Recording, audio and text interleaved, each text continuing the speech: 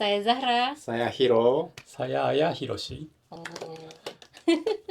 Hari ini kita akan menginterview orang Jepang. Saya dan Hiroshi sudah menikah kurang lebih 1 tahun. Dan sekarang kita mau bertanya kepada Ayah Hiroshi mengenai apa sih perspektif dan pandangan dia tentang Indonesia. Pertanyaan pertama. なんですかよ。いや、質問一つ、最初の質問。1 tahun telah berlalu sejak Hiroshi menikah dengan warga negara asing. Bagaimana kesan Anda tentang Indonesia? Apakah kesan tersebut berubah dibandingkan dengan sebelumnya? Eigo. 日本語で。じゃあ最初の質問は、息子がインドネシア人と国際結婚をして、1年が経過したんですけど、総じてインドネシアに関するイメージが何か変わったりとか、もともとあったものがあればまずは教えてほしいなと思います。そうですね。インドネシアっていうと、小学校の頃に、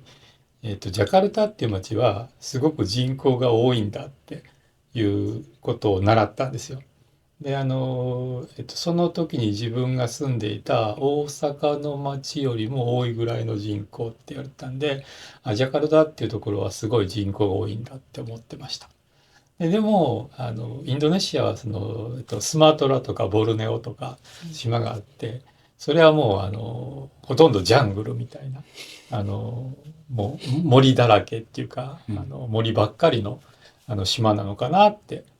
いうふうなイメージで行きましたね。で実際に今度の結婚式で、飛行機でねインドネシアに行ったんだけど、飛行機は夜だったから飛行機からこう島の様子とかは全然見えなかったし、で空港はすごく綺麗だったんですよ。で全然そうなんていうかジャングルの中の街とかっていうんじゃなくてすっかり都会だなって思ったし、で空港出たらたくさんこう立派なタクシーが止まってたりとか、綺麗なっていうかな店があったりとかして、そこはでもジャカルタだから人口多い町なんだけど、都会な印象が着いた時にはありましたね。翌日確か次の町に行くためにまた飛行機に乗ったじゃないですか。そう朝に、パレンバン行きの飛行機に乗った。で着いたのは今度はパレンバンだったのね。でパレンバンの町はもう少しなんていうか僕らが子供の頃過ごした昭和の頃の日本に近い感じ、でもうちょっとこうゴミゴミしてるっていうか、それから都会っぽさが少し減って森みたいなの見えたと思うのね。だからちょっと自分の思ってた森の多いインドネシアに近いイメージがパレンバンの方はしましたよね。で道路なんかもそんなにちゃんと舗装されてないとこもあったりとかしたと思うし、少しそういうジャカルタとは違うんだよねっていう感じは持ちました。だけど自分が子供の頃に暮らしてた町はこれぐらいの感じだったなって思うのもありましたから、そんなにすごく違和感があるとかいうことは別になくて、こんな街でだったら自分は暮らしてもいいなっていうぐらいのイメージは持ちましたね、そこで。ってことはこうインドネシアの最初のイメージ、元々のイメージはジャングルの森の中の国みたいなイメージだったけど、実際来てみるとジャカルタは確かに私も思ったけどすごい都会な感じだなっていう、通りによっては本当に名古屋とか東京とかとそんなに大きく変わらないかなっていう印象だったかなっていうのと、ただパレンバンはそこまで大きく発展はしてないけど、その父がね子供の頃に過ごしてた大阪の街の雰囲気にすごく似ていて、子供の時。いや、いつの話 ?50 年ぐらい前。いやだから小学校の低学年ぐらいだよね。だから60年ぐらい前。大阪はもう結構その当時から大きな町だったから、東京の次に大きな町だったんですよ、大阪はね。だけどまあ僕らの頃の大阪はそうは言ってもモダナイズしてない部分もあって、その先の舗装路ではなかったりとか、壊れかけた建物が残ってたりとかもしたので、まあなんかそれにあの頃の大阪と変わらんなみたいなそういうことぐらいの感じ。はい。ちなみに結婚式にも参列してもらったわけだけど、その結婚式周りとか国際結婚をすることになったことについて何か思ったりすることはありますか？国際結婚をしそうだな、する可能性はあるよねって割と思ってたので、二人の言語交換で、出会ったって話は聞いたんだけど、なんかでもその頃からそういう言語交換だけではない関係がね、お付き合い関係がきっとありそうだなって思ってたので、そういうことに発展することだってあるかなっていうのは思ってはいましたし、じゃあ、まあ、そんなに違和感はなく、まあそういうこともあるのかなっていうふうに。そうですね。だんだん自分の周りでも外国の人と日本人の結婚っていうのは、例えば前だったら例えばね日本人の男性とフィリピンの奥さんとかが結構多かったんですけど、今そうでもなくて、その日本人の女性と例えばドイツ人のご主人とか、日本人の男性でヨーロッパの奥さんとかっていうことも割とまあ見かけてるし、自分の感覚としても別に外国の人と結婚することがそんなに特別だっていうイメージは別にもうなかったので、国際結婚だから何かっていう、なんかすごいことになったとか、どうなるんだろうとか、そんなことは別に思わなかったですね。それはね。じゃあまあ父はそんなに驚かなかったっていうことなんだけど、まあ、やっぱりそうは言っても日本の中にはいろんな受け取り方をする人たちっていうのもたくさんいると思うんだけど、ちなみにこう周りの人にちょっと喋ったりとかして、なんかどういう反応があったとかっていうことは何かありますか？自分の周りの職場の人たちはそのことを聞くと、まあ少しは驚くんですけど、だけどどうなんでしょうね、自分の職場だともう多分自分より若い人が、多いですよね。だからその人たちにとっても別に国際結婚をするっていうことはもうそんなにリアクションとしてはね、ふーんって何にもないっていうんじゃないんだけど、へえぐらいの、そんなにすごく驚くっていう、感じではなかったですよね。だから割とうちの家のイメージが、まあなんでしょうね。なんて言うといいんでしょうね。ちょっと変わった。まあ変わったっていうか、まあこだわらないっていうのか、型にはまらない。型にはまらない生き方をしてるよねっていうのがあるから、だからうちの子供が国際結婚したとしても、そういうことはありそうだなぐらいのね、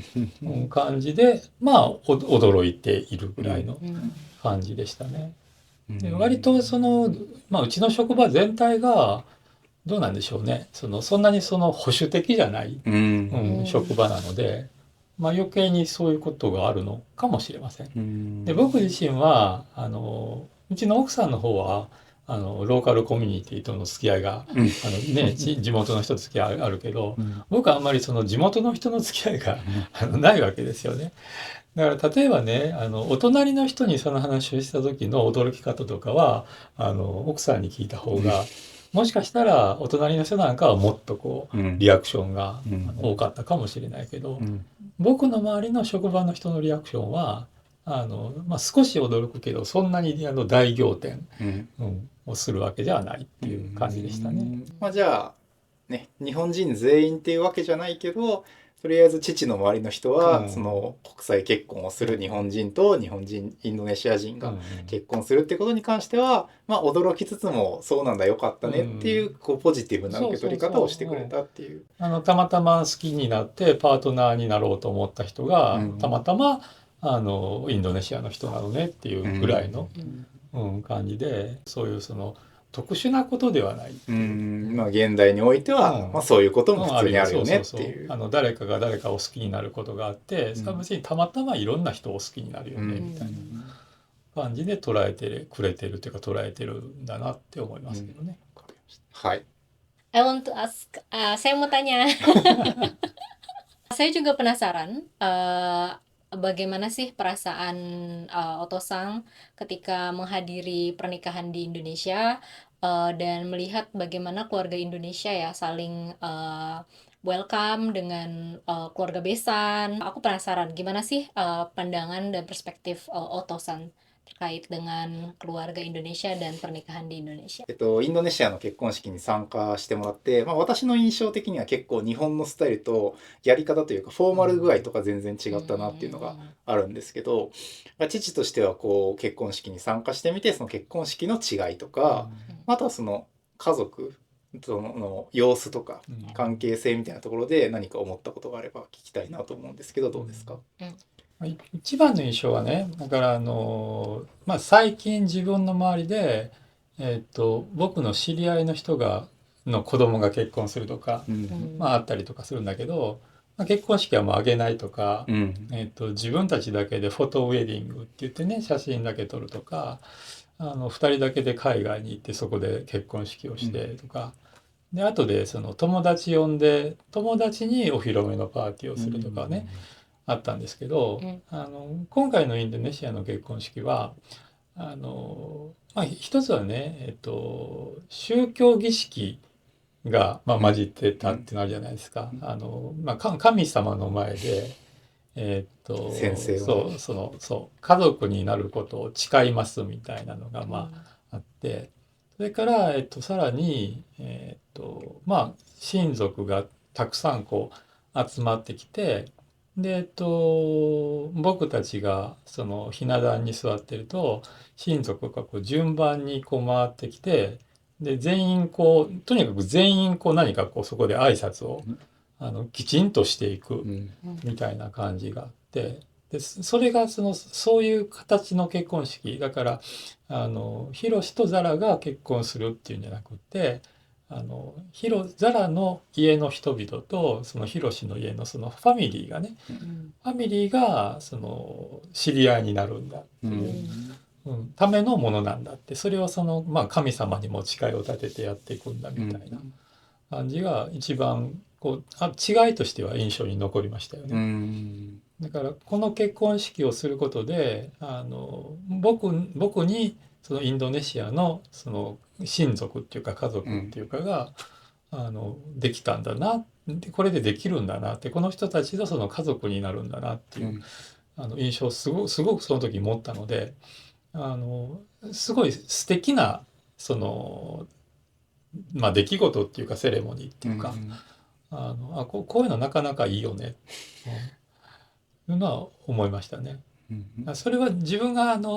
ね、年取って余計にそういうことを昔の若い頃だったら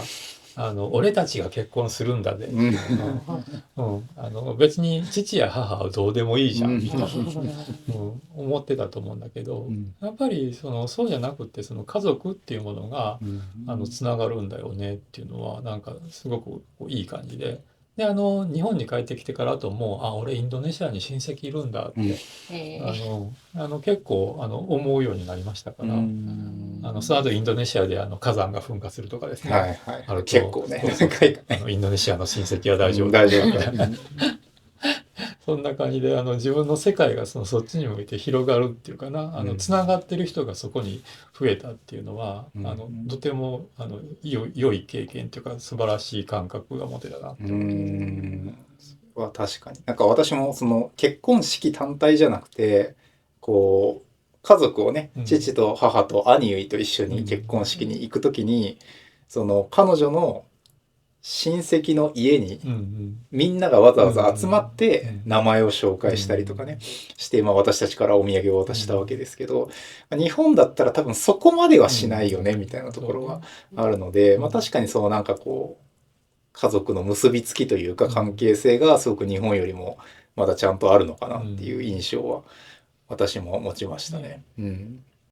日本も少しそういう方に戻っていってもいいなそうね、最近ちょっとだいぶ個人主義みたいなところは強くなってるので、なんかそういうのもすごくいいなっていうのはありますね。はい、じゃあまあそれが、はい、インドネシアの家族の結びつきいいなっていうところでした。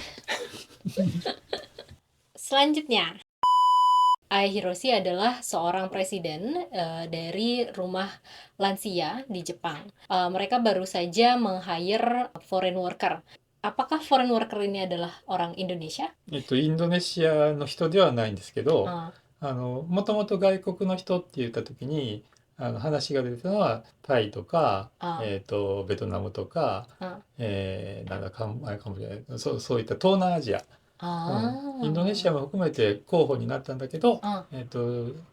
ちょっと知り合いの関係で最終的にはネパールの人に来てもらうことになりました。 orang Nepal. うん Alasannya kenapa Otosang meng-hire orang Nepal ini untuk bekerja di site-nya Otosang? まあ毎年その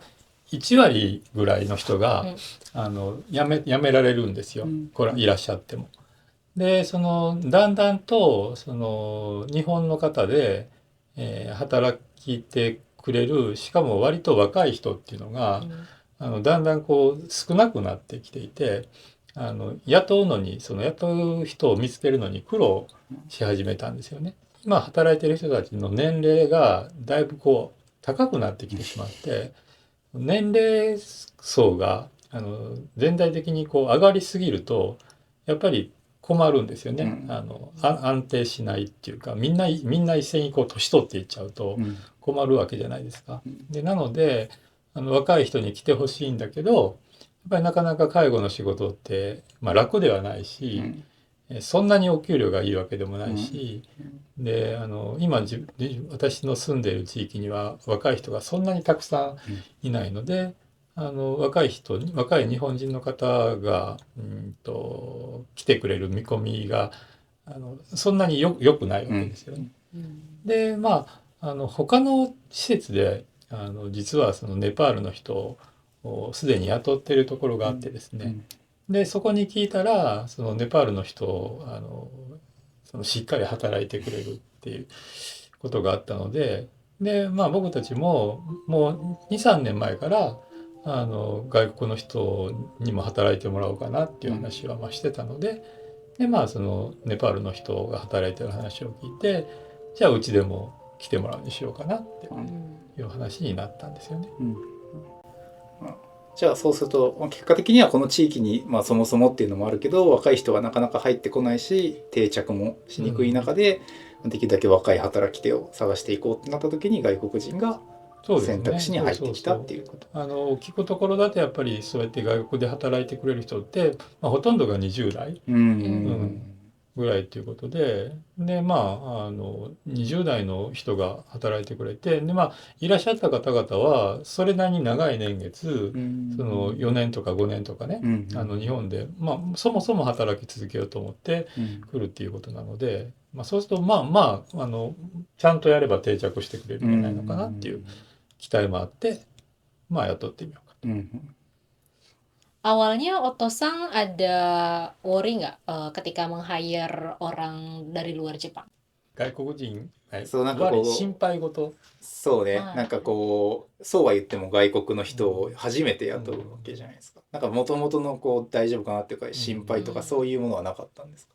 まあ、一番はやっぱりその言葉が、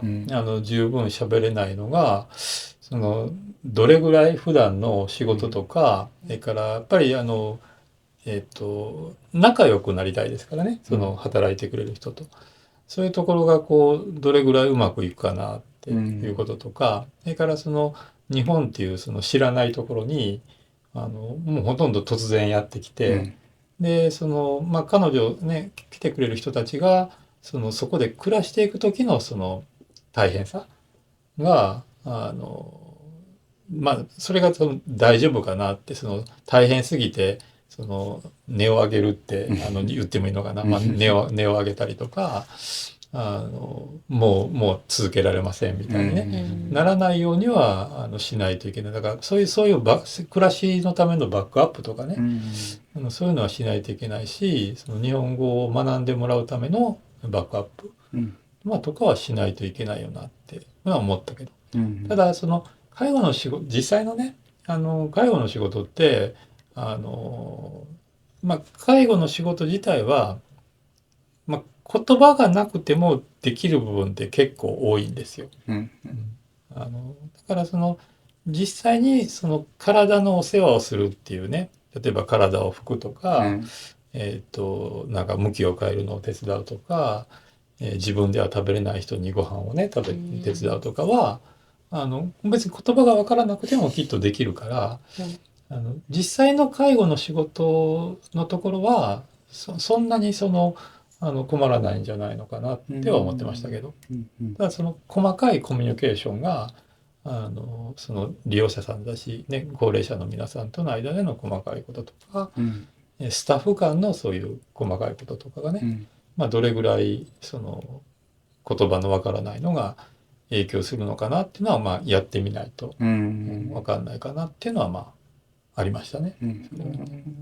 仕事の内容的にはそんなに雇うこと自体に懸念点が強くあったっていうわけではなくて、でもやっぱ人と人なんでコミュニケーションができるかとか、そもそも全然違う異国から日本に来てその人たちがちゃんと定着できるかっていうところが少し気になってたみたいな。そうですね。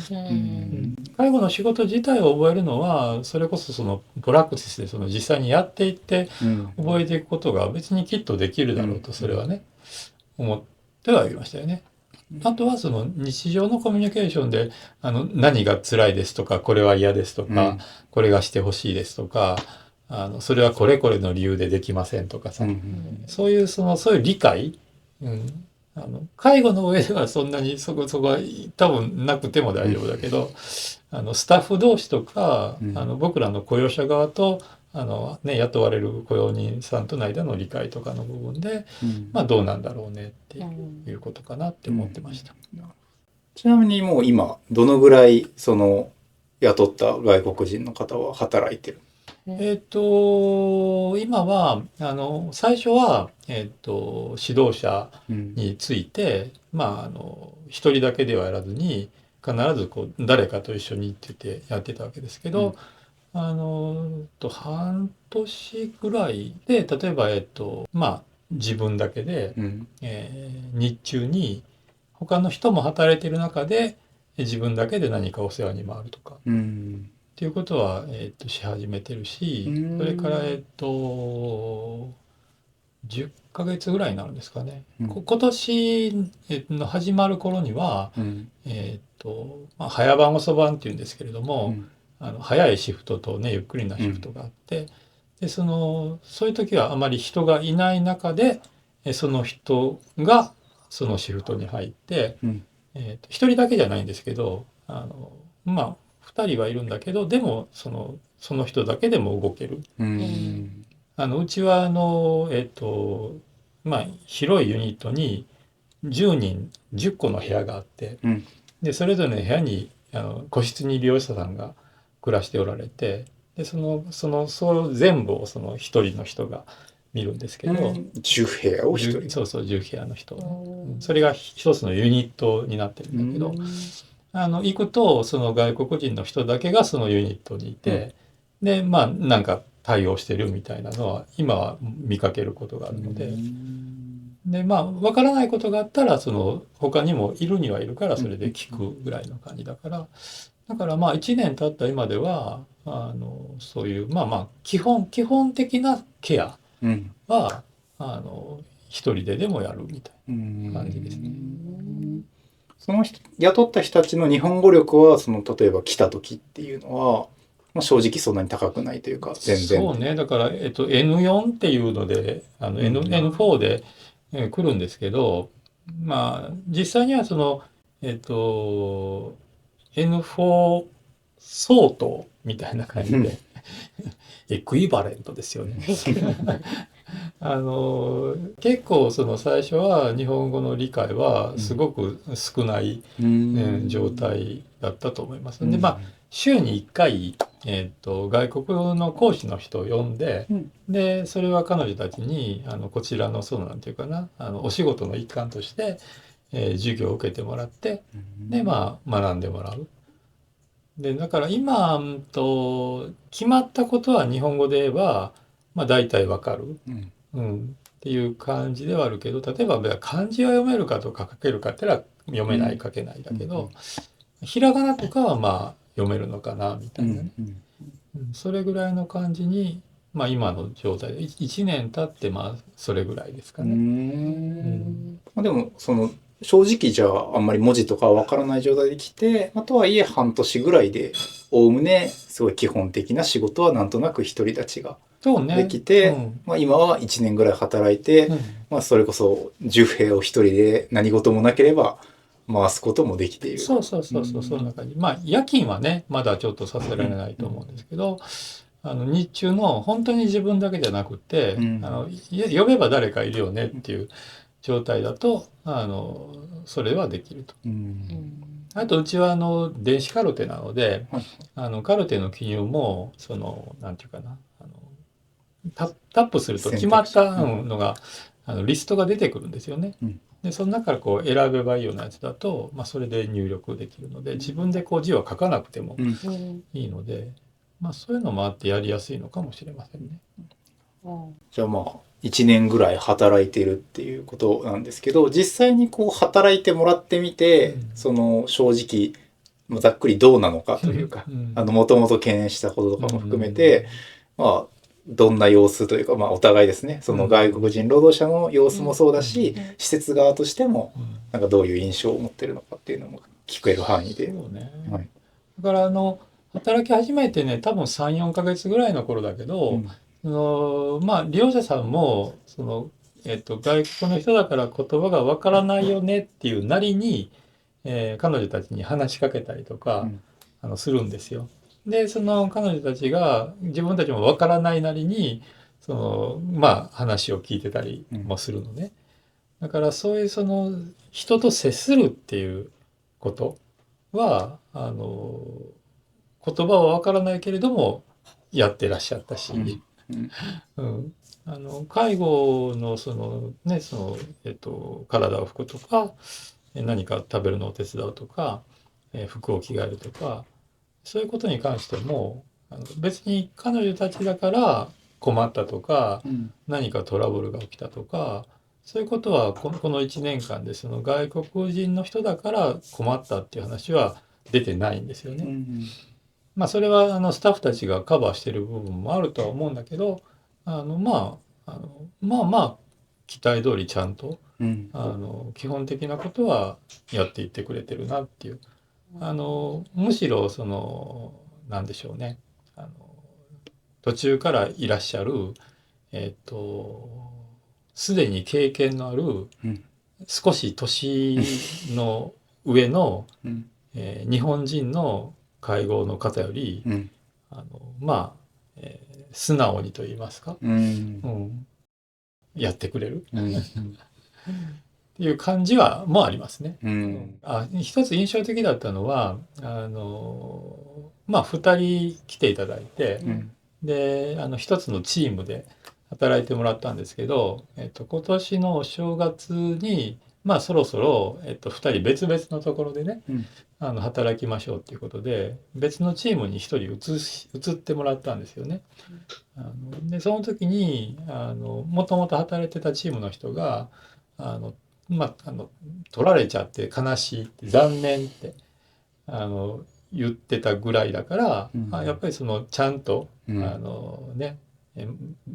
自分たちの仲間として力をね発揮してくれていたんだなって、いなくなってラッキーとかじゃなくて外国人の人で言葉わからないし、その先輩たちも世話をするのが大変なところもあったと思うんだけどやっぱりいてくれることがありがたかったっていうことだと思うので、まあ、それぐらいちゃんとっ